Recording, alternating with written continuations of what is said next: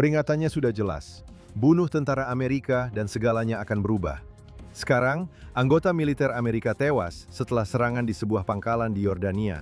Semalam, Amerika Serikat merespons dengan serangan yang mungkin baru permulaan, sementara pemerintahan Trump mengirim puluhan pesawat tanker pengisian bahan bakar di udara ke Israel menjelang kemungkinan perluasan perang. Ini dan masih banyak lagi di Jerusalem Minute hari ini. Selamat datang kembali di Jerusalem Minute di JNS TV. Saya berada di Yerusalem. Rekan saya Alex Trayman sedang bepergian minggu ini. Dia bergabung dengan kami dari jarak jauh. Mari kita mulai. Peluncuran dalam 1 jam terakhir oleh Iran menuju Teluk Aqaba memicu alarm di sana di Yordania. Pada saat yang sama, kami diberitahu bahwa pasukan pertahanan Israel telah mencegat beberapa pecahan rudal tersebut. Juga semalam, 2 personel militer Amerika Serikat tewas di Yordania. Kami belum tahu persis kondisi korban lain yang terluka dalam serangan itu. 1 personel militer masih hilang.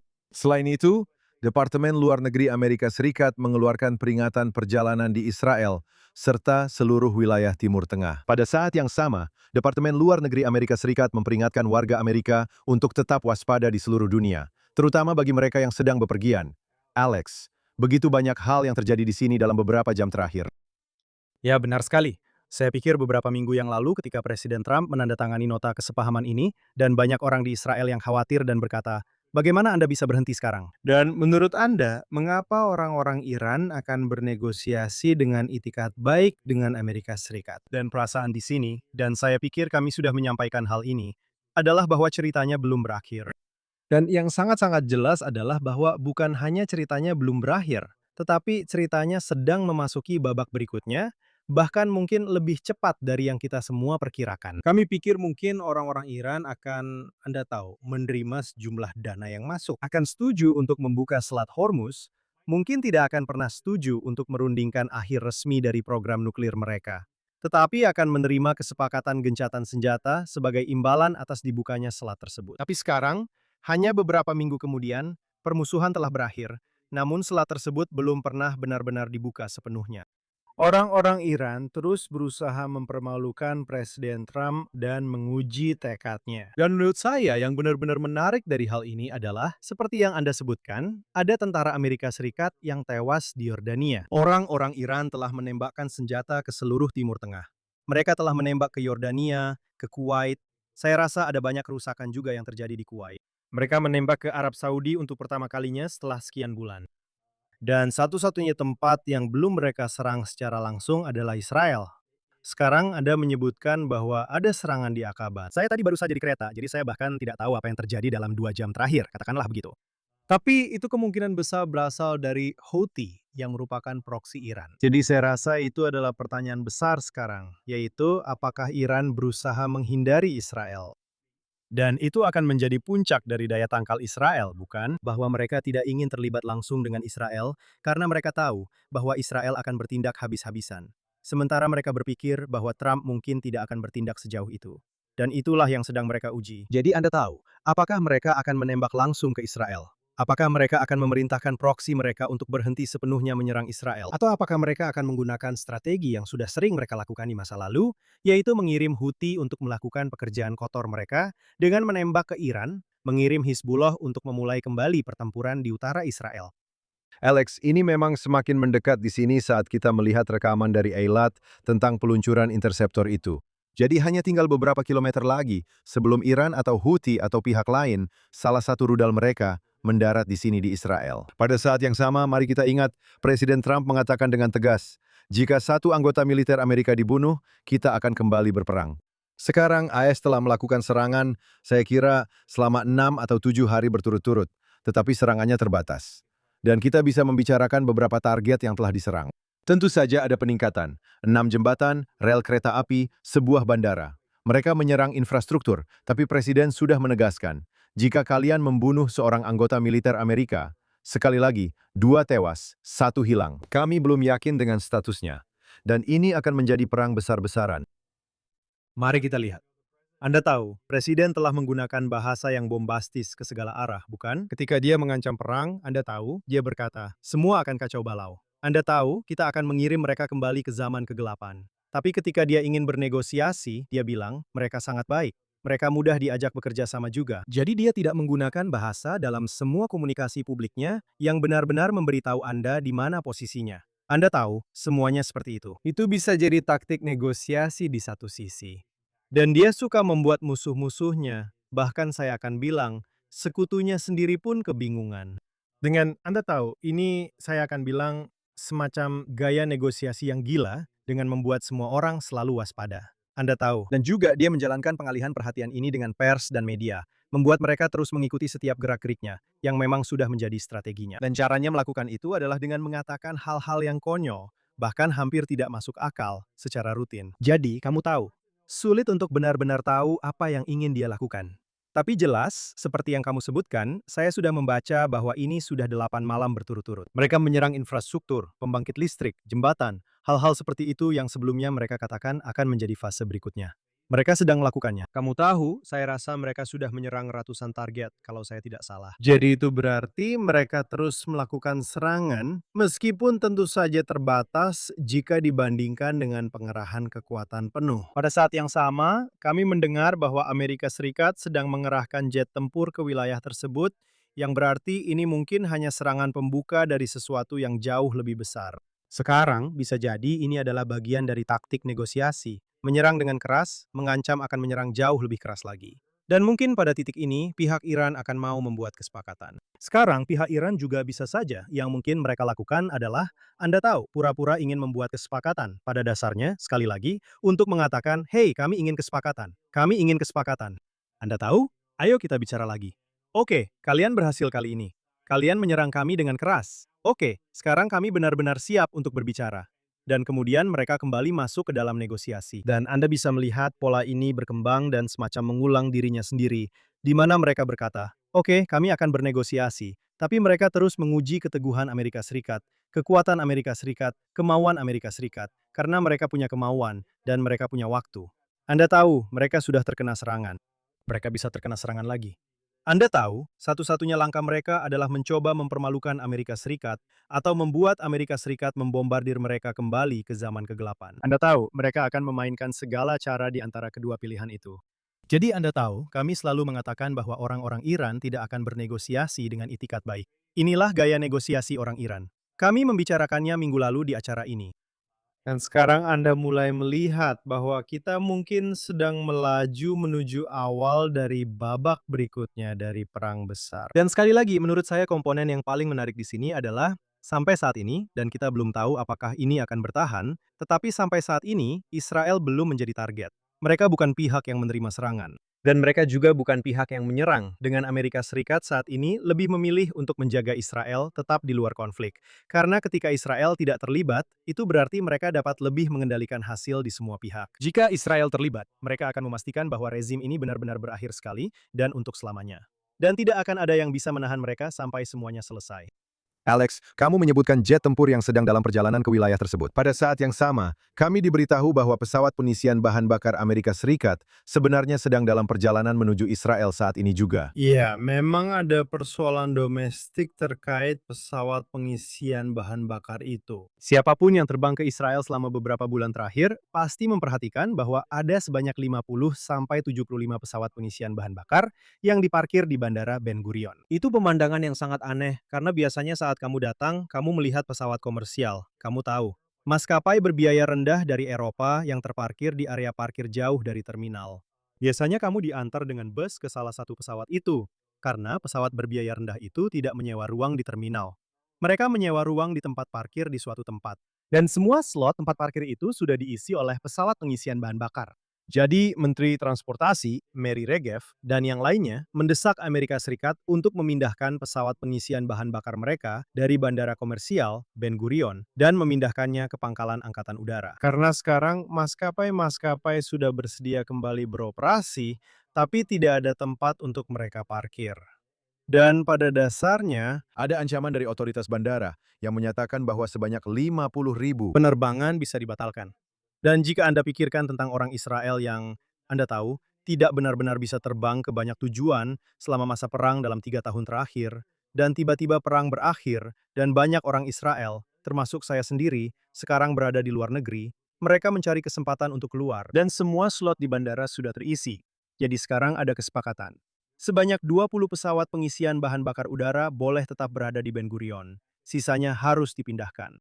Tapi sekarang dengan eskalasi yang cukup dramatis ini, kita melihat tidak hanya Amerika Serikat tidak memindahkan pesawat-pesawat itu, tapi mereka justru membawa lebih banyak lagi. Alex, pada saat yang sama, awal minggu ini, Presiden Trump mengumumkan bahwa dia akan memberlakukan kembali blokade laut terhadap kapal dan pelabuhan Iran di Selat Hormuz. Pada saat yang sama, tentu saja, Iran mengatakan, tidak, kami yang mengendalikan selat itu. Kami yang akan menentukan kapal mana yang boleh melewati Selat Hormuz. Apa perkembangan terbaru yang Anda dengar tentang siapa yang sebenarnya mengendalikan selat itu? Mari kita bahas pentingnya. Presiden Trump sekali lagi mengatakan bahwa selat itu ditutup. Blokade akan dilanjutkan. Iya, saya rasa kita belum tahu siapa yang benar-benar mengendalikan Selat Hormuz saat ini. Yang kita tahu adalah Iran kembali menargetkan kapal-kapal di dalam selat itu. Oman telah menawarkan, Anda tahu, jalur selatan. Amerika Serikat telah berusaha membersihkan ranjau di selat itu.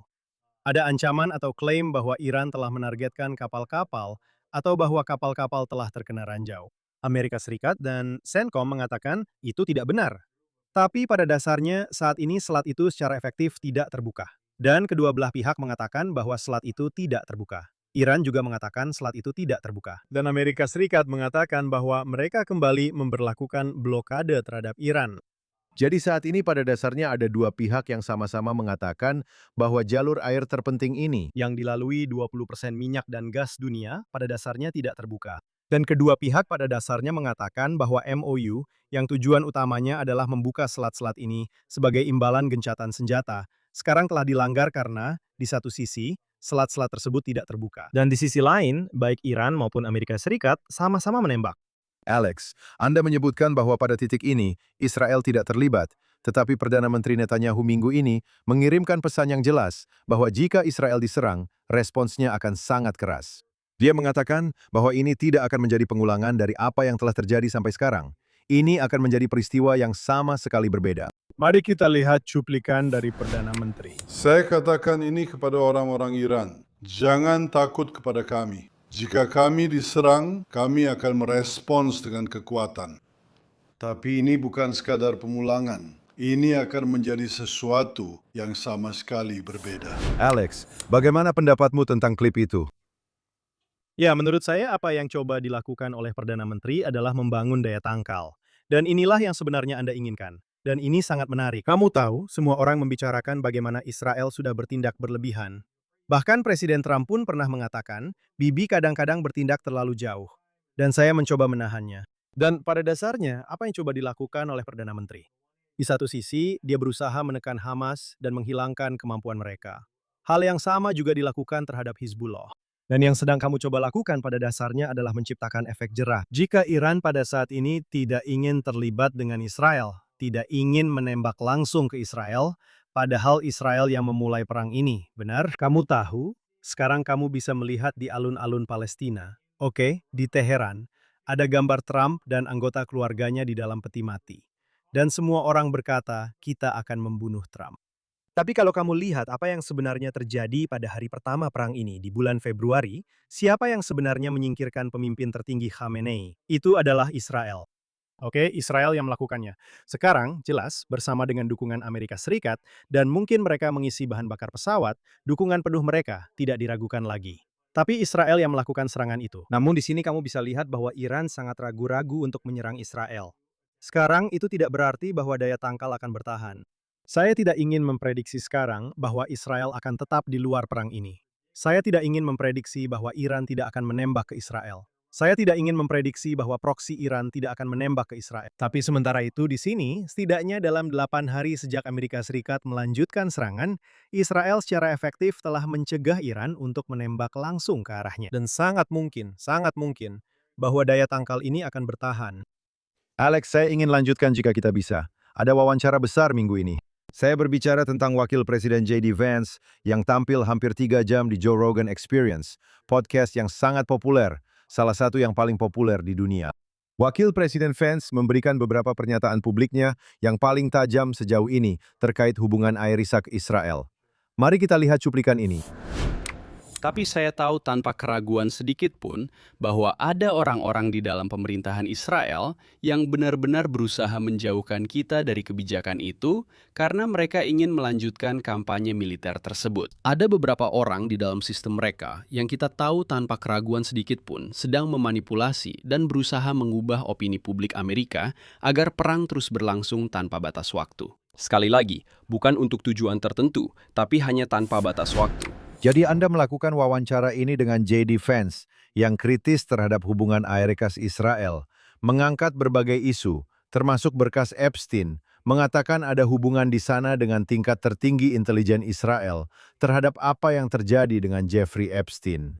Tapi mari kita mulai, jika bisa, dengan hubungan keseluruhan Amerika-Israel, menurut pandangan dan pemikiran Wakil Presiden Amerika Serikat. Saya rasa sangat jelas bahwa pandangan Wakil Presiden sangat mirip dengan pandangan yang Anda lihat di sayap kanan Partai Republik ini. Pihak Tucker Carlson yang pada dasarnya mengatakan bahwa Israel justru mengendalikan Amerika Serikat. Sekarang, yang belum dilakukan Vance adalah keluar dan mengatakan bahwa Anda tahu tidak ada kepentingan Amerika untuk terlibat dalam perang ini. Wakil Presiden terus mengatakan bahwa ini adalah demi kepentingan Amerika. Karena jika dia keluar dan mengatakan bahwa ini hanya demi kepentingan Israel dan bukan Amerika Serikat, maka yang dia lakukan adalah menjatuhkan atasannya, Presiden Amerika Serikat, ke dalam masalah.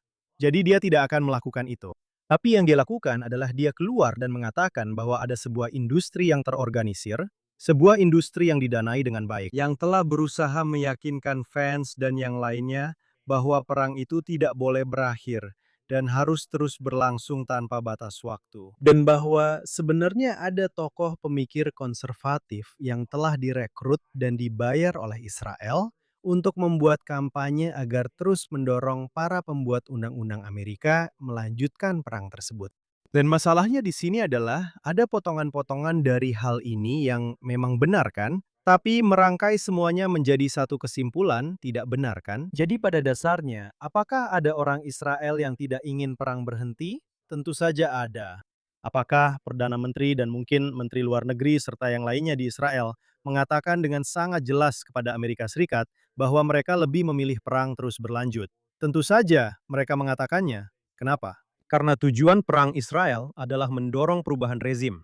Dan yang Anda lihat di sini sekarang, jelas, setelah berminggu-minggu, pemimpin tertinggi sudah tidak ada. Kita tidak tahu di mana putra pemimpin tertinggi berada. Seseorang sedang menulis tweet atas nama putra pemimpin tertinggi. Namun pada dasarnya, siapapun yang memerintah negara saat ini adalah kelanjutan dari rezim yang sama. Jadi, belum terjadi perubahan rezim sepenuhnya, dan Israel menginginkan perubahan rezim. Tidak diragukan lagi bahwa Israel benar-benar terkejut. Anda tahu, dan saya melihatnya langsung dari Perdana Menterinya sendiri. Mereka terkejut bahwa perjanjian itu sudah ada. Mencoba untuk merundingkan MOU, gencatan senjata, dan mengakhiri konflik. Anda tahu, menurutnya hal itu membuat Iran berada dalam posisi yang sangat berbahaya, berpotensi kembali berlomba-lomba menuju senjata nuklir, mencoba memulihkan rudal balistiknya. Dan sekarang Iran seperti harimau yang marah di dalam kandang. Jadi tentu saja orang-orang Israel ingin perang itu terus berlanjut, tapi Perdana Menterinya sendiri selalu berkata, Anda tahu, dengarkan, ini adalah kepentingan Amerika. Dan saya juga percaya bahwa Perdana Menteri Israel memahami saat memasuki perang ini bahwa pada dasarnya Anda memiliki, meskipun itu tidak didefinisikan dengan sempurna. Saya tidak berpikir itu didefinisikan berdasarkan waktu, tapi saya rasa ada prinsip umum, yaitu Anda mungkin memiliki 5-6 minggu dukungan udara dari Amerika, dan Anda memanfaatkannya. Dan Anda menyerang semua lokasi yang ingin diserang oleh Israel, dan mereka melakukannya. Apakah Israel ingin perang terus berlanjut? Ya, tentu saja. Apakah Israel siap untuk kembali terlibat? Jelas, maksud saya, mereka sudah mengatakan hal itu. Perdana Menteri membiarkan Amerika menahan Israel tetap di luar keterlibatan langsung. Tapi Israel sudah menyiapkan rencana pertempurannya. Mereka sudah mengatakannya. Mereka seperti berkata, kami siap terjun kapan saja. Sekarang, apa yang telah dilakukan Israel dalam hal kampanye yang terorganisir? Israel merekrut Brad Parscale, seorang ahli media konservatif. Sudah merekrutnya beberapa bulan yang lalu, bahkan sebelum perang ini dimulai. Dan tujuan dari kampanye itu adalah, Anda tahu, bagaimana Israel terus memperbaiki citranya di mata kaum konservatif Amerika. Karena apa yang Anda lihat di sini dengan komentar J.D. Vance, komentar Tucker Carlson, Candace Owens, Nick Fuentes, Joe Rogan. Sampai tingkat tertentu Alex Jones, Steve Bannon. Apakah ada kampanye untuk mencoba merebut dukungan dari para pendukung setia Israel, yaitu kaum Kristen evangelis di Amerika Serikat? Israel melihat bahwa terutama generasi muda mulai menjauh dari Israel. Sebagian dari itu berkaitan dengan gempuran trafik bot di TikTok, Instagram, YouTube, dan tempat lain yang mempengaruhi opini publik.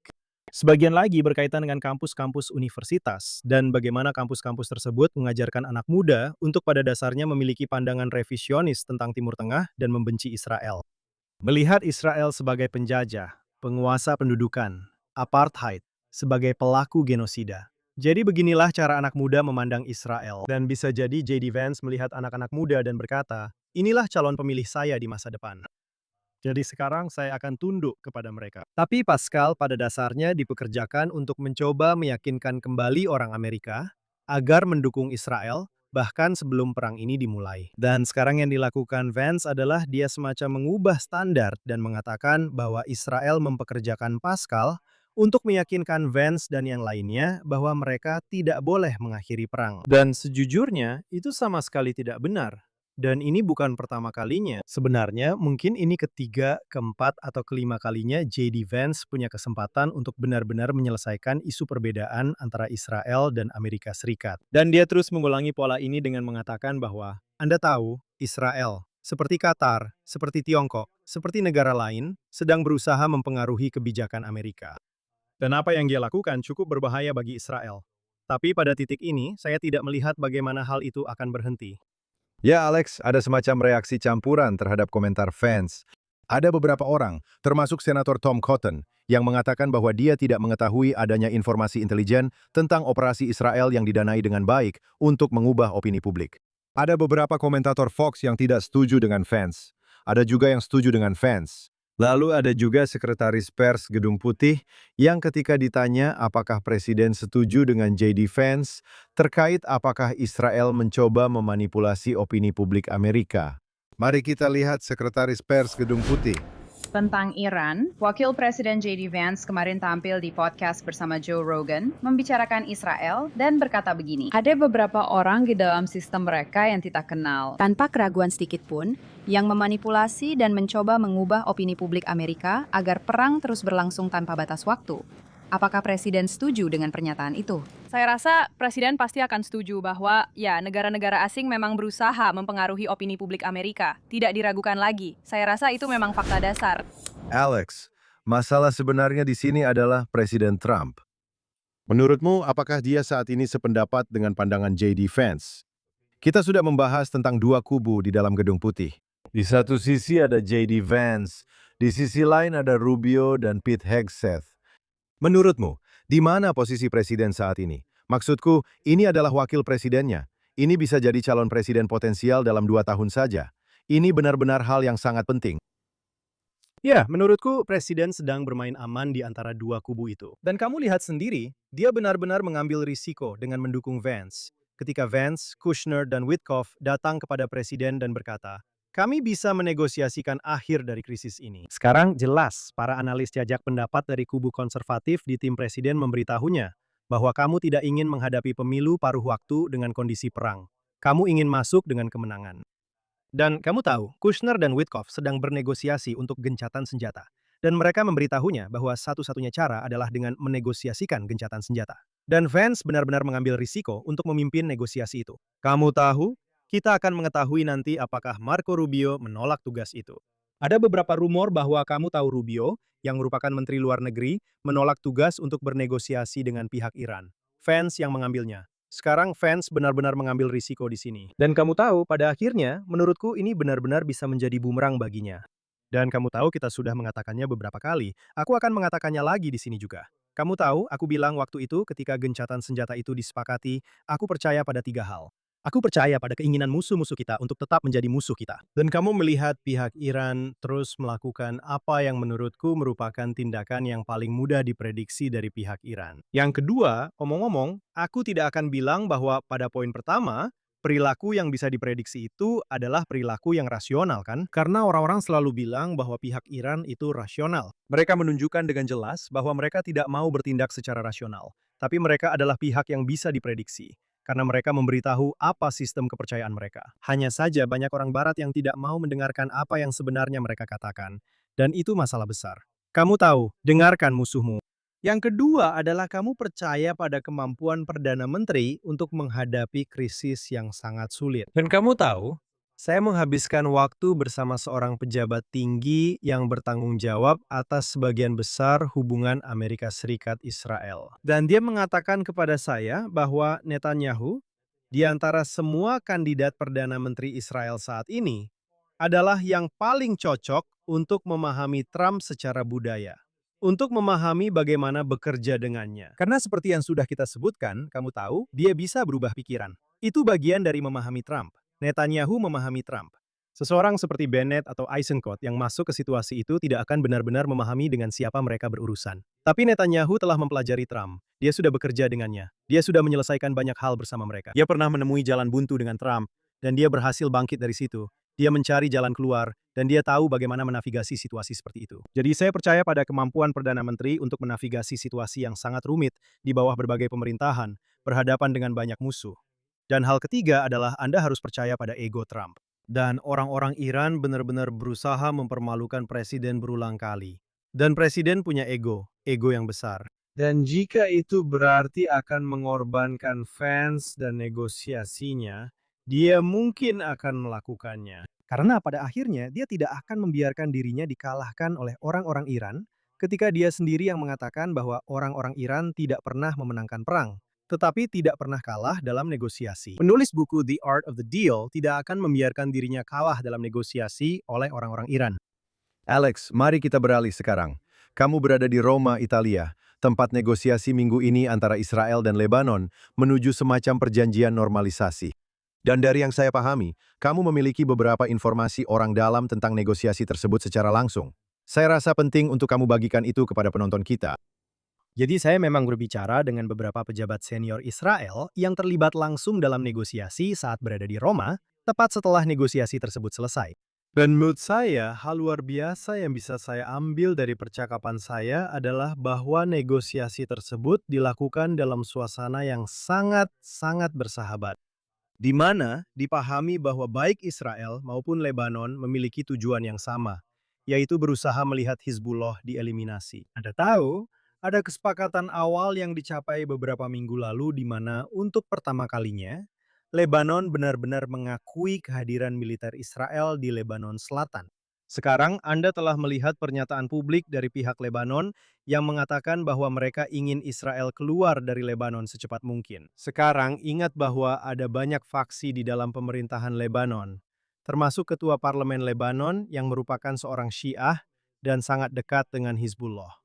Jadi dia telah membuat pernyataan yang sangat agresif. Presiden Aoun sedang berada dalam posisi yang sangat sulit. Dia sedang berusaha menjaga pemerintah tetap bersatu. Dia tentu ingin Hizbullah keluar, tapi dia pada dasarnya diancam oleh Hizbullah. Nah, yang menarik adalah Aoun minggu ini akan bertemu dengan Presiden Trump. Ini adalah pertemuan bersejarah. Pertama kalinya seorang presiden Lebanon berada di Washington sejak tahun 2009. Saya tahu bahwa Perdana Menteri Netanyahu sebenarnya berharap bisa mendapatkan pertemuan dengan Presiden di Washington sebelum pertemuan Aoun, dan sempat mempertimbangkan untuk datang ke pemakaman Lindsey Graham. Sepertinya pemakaman itu telah ditunda hingga 28 Juli. Jadi, kunjungan Presiden ke Washington akan berlangsung setelah kunjungan Aoun. Jadi kita belum tahu apa yang akan dihasilkan dari kunjungan itu. Jelas bahwa kemungkinan besar Aoun akan ingin melihat adanya pendanaan untuk memperbaiki infrastruktur yang rusak akibat serangan udara besar-besaran Israel terhadap Hizbullah. Namun baik Israel maupun Lebanon sama-sama memiliki kepentingan untuk melihat Hizbullah dilemahkan. Jadi kita harus melihat kemana arah negosiasi ini. Dan saya rasa penting juga untuk menunjukkan bahwa meskipun Marco Rubio, Menteri Luar Negeri, tidak mau atau tidak diikutsertakan dalam negosiasi antara Israel dan Iran, Rubio lah orangnya. Sebenarnya dialah orang Amerika utama yang berada di balik dorongan untuk bernegosiasi antara Lebanon dan Israel. Dan ini sudah diberitakan dan saya sudah mengonfirmasi bahwa akan ada putaran negosiasi tambahan yang dijadwalkan sementara pada tanggal 4 Agustus sekali lagi di Roma. Dan penting untuk dicatat bahwa negosiasi ini berlangsung di Roma. Kedua belah pihak ingin agar negosiasi berlangsung sedikit lebih dekat ke Timur Tengah daripada di Amerika Serikat, tempat putaran pertama berlangsung. Namun kedua belah pihak, Israel dan Lebanon, merasa bahwa pada dasarnya Italia membantu kedua negara. Hal ini berbeda jika negosiasi ini diadakan di Prancis, di mana Prancis jelas berpihak pada Lebanon. Dan menurut saya, bahkan lebih berpihak pada Hizbullah dan sangat menentang Israel. Jadi baik Israel maupun Lebanon merasa nyaman untuk mengadakan negosiasi ini di Roma. Dan sepertinya akan ada putaran berikutnya. Karena kedua belah pihak, saya percaya, sebenarnya bisa mencapai semacam normalisasi nyata di masa depan. Itu bisa mencakup kerjasama ekonomi, bisa mencakup kerjasama pertahanan, dan mungkin dalam jangka panjang, bahkan bisa mencakup wisatawan yang bolak-balik melintasi perbatasan. Alex, selanjutnya, laporan menunjukkan bahwa Perdana Menteri Netanyahu mungkin akan melakukan perjalanan ke Amerika Serikat untuk bertemu dengan Presiden Trump di sini dalam waktu dekat. Pada saat yang sama, jika Perdana Menteri Netanyahu melakukan perjalanan ke kota New York pada bulan September untuk menghadiri sidang umum PBB, ada wali kota New York City, Zohar Mamdani, yang sedang mempertimbangkan apakah dia mungkin bisa menangkap Perdana Menteri Netanyahu jika dia memasuki kota New York. Selain itu, Mamdani mengatakan bahwa dia percaya Netanyahu seharusnya berada di Den Haag. Dia adalah penjahat perang. Mari kita lihat cuplikan ini. Saya percaya bahwa Perdana Menteri Netanyahu seharusnya berada di Den Haag. Dia adalah penjahat perang yang telah didakwa oleh Pengadilan Kriminal Internasional. Dan yang akan Anda temukan adalah bahwa itu adalah pendapat yang dipegang oleh banyak orang semata-mata karena apa yang telah ditimbulkan oleh tindakannya selama bertahun-tahun terakhir ini. Saya juga telah mengatakan bahwa saya akan mengikuti hukum yang kita miliki di New York City. Karena saya percaya bahwa penting untuk mematuhi hukum sebagai seorang pemimpin yang memimpin kota kita. Dan itu adalah sesuatu yang akan saya lakukan. Maksudnya, maaf, saya tidak mengerti apa artinya itu. Maksudnya apapun yang diizinkan oleh hukum di New York City, itulah yang akan kami lakukan. Tapi kami tidak akan membuat hukum kami sendiri untuk tujuan itu. Menurut hukum, apa yang boleh Anda lakukan? Itu adalah pembicaraan yang sedang berlangsung dengan Departemen Hukum kami untuk melihat kemungkinan apa saja yang kami miliki di kota kami. Alex, apakah realistis jika Perdana Menteri Netanyahu akan ditangkap jika dia bepergian ke kota New York pada bulan September? Saya rasa sangat informatif untuk melihat cuitan Mike Waltz, yang merupakan Duta Besar Amerika Serikat untuk Perserikatan Bangsa-Bangsa, jika kita bisa menampilkannya di layar. Tapi Waltz pada dasarnya mengatakan bahwa apa yang dilakukan Mamdani adalah sandiwara politik. Dan dia diagelejen bahwa Amerika Serikat bukan penanda tangan Pengadilan Kriminal Internasional. Sama seperti Israel, Amerika Serikat bukan pihak pada pengadilan kangguru ini, yaitu Pengadilan Kriminal Internasional. Kamu tahu, ada juga yang menunjukkan bahwa belum ada persidangan. Belum ada putusan, kan? Hanya ada permintaan surat perintah penangkapan.